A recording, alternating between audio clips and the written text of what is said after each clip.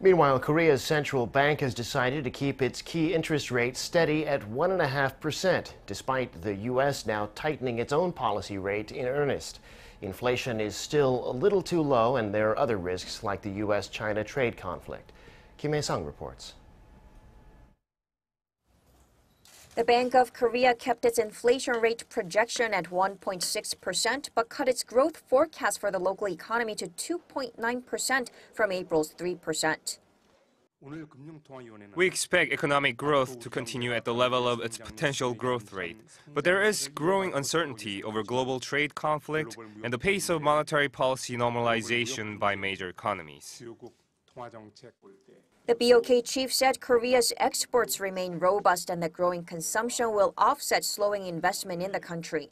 But the bank said growing trade uncertainties and the escalating trade friction between the U.S. and China poses a risk to the South Korean economy and the financial market. With inflation also below its 2% target, the BOK left its key benchmark rate unchanged at 1.5%. South Korea's consumer price index gained 1.5% in June, the same as the previous month due to a fall in agricultural goods prices.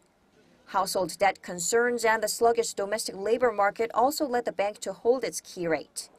The number of newly added jobs in the country remained in the 100,000 range for the fifth consecutive month in June. Between January and June, a monthly average of 142,000 new jobs were added, marking the slowest growth since the 2008 global financial crisis.